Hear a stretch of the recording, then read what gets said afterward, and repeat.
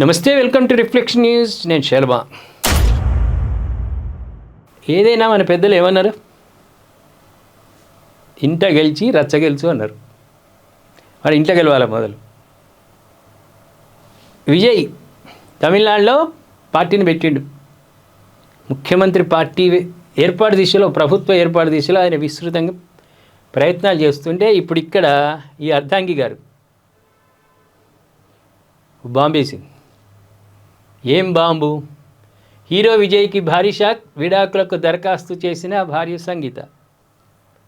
ఈ టైంలో ఎందుకు విడాకులు? ఇది కూడా పడుతుంది కదా. ఈ పెళ్ళాన్ని నువ్వు చక్కగా చూసుకోలేదురా, ఇక నువ్వు రాష్ట్రాన్ని ఏం చూసుకుంటావని మహిళా మతాలు ముక్కు మీద వేలేసుకొని అన్నారు. రాదా డౌటు?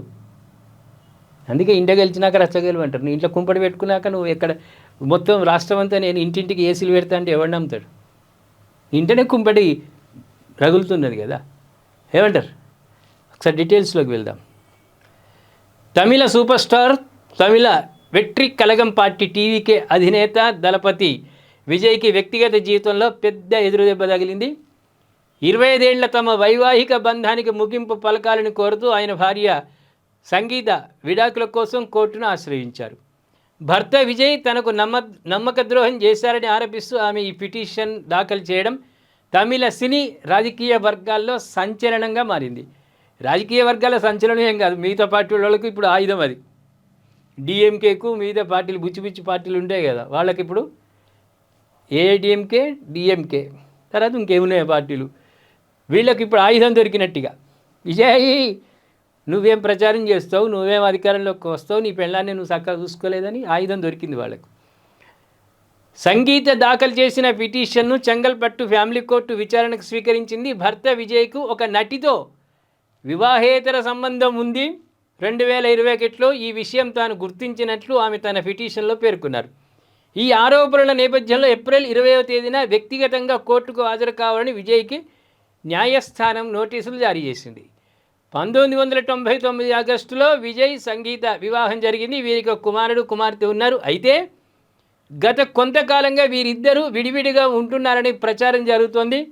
ముఖ్యంగా విజయ్ రాజకీయ పార్టీని ప్రకటించిన తర్వాత జరిగిన కార్యక్రమాల్లో సంగీత కనిపించకపోవడంతో ఈ పుకార్లకు మరింత బలం చేకూరింది. జాతీయ మీడియా కథనాల ప్రకారం వివాహేతర సంబంధంపై నిలదీయగా దానికి ముగింపు పలుకుతానని విజయ్ హామీ ఇచ్చినా నిలబెట్టుకోలేదని సంగీత ఆరోపించారు. అప్పుడు మొత్తం చల్లబరుస్తేందుకు నేను అటు ఓంతి ఆమెకి చెప్తుంది అది ఇది అన్నాడు. మళ్ళీ తర్వాత మళ్ళీ పార్కులకు దేశాలు తిరుగుడు మళ్ళీ అట్లే మొదలైందట. ఇక మొదలైతే ఏం చేస్తుంది పాపం ఆమె. ఇటీవల తమిళనాడు బీజేపీ నేత నయనార్ నాగేంద్రన్ సైతం విజయ్ నటి త్రిషతో బంధం నుంచి బయటకు వస్తేనే రాజకీయాలు అర్థమవుతాయని వ్యాఖ్యానించడం. కాగా ఈ విడాకుల వ్యవహారంపై విజయ్ లేదా ఆయన ప్రతినిధుల నుంచి ఇప్పటివరకు ఎలాంటి అధికారిక ప్రకటన వెలువడలేదు.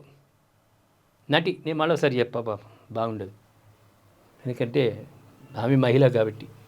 విజయ్ ఎక్స్ పర్సన్ నటి, ఇద్దరి మధ్యలో అక్రమ సంబంధాలు ఉన్నాయి. ఇప్పుడు దేశాలు తిరుగుతున్నారట, అది చేస్తున్నారు కాబట్టి ఆమె సంగీత విడాకులకు పెట్టుకున్నారు. తమిళనాడులో ఇప్పుడు నీ పని ప్రభుత్వం ఏం ఏర్పాటు చేస్తావు? అసలు నీ సభ్యులు గెలుస్తారా? అసలు నువ్వు గెలుస్తావా? విడాకులు అంటే ఈజీగా జరుగుతుందా? కోర్టు పిలుస్తుంటుంది, కోర్టు పోతుండాలి, నువ్వు సమాధానం చెప్పాలి. ఆమె దగ్గర ఉట్టి అగాధంగా ఉండదు. కోర్టుకు పోయిందంటే సాక్ష్యాలు ఉంటాయి, ఇవన్నీ సాక్ష్యాలు. ఈ కోర్టు చుట్టే తిరిగినావు ఇక బొంగరంలాగా.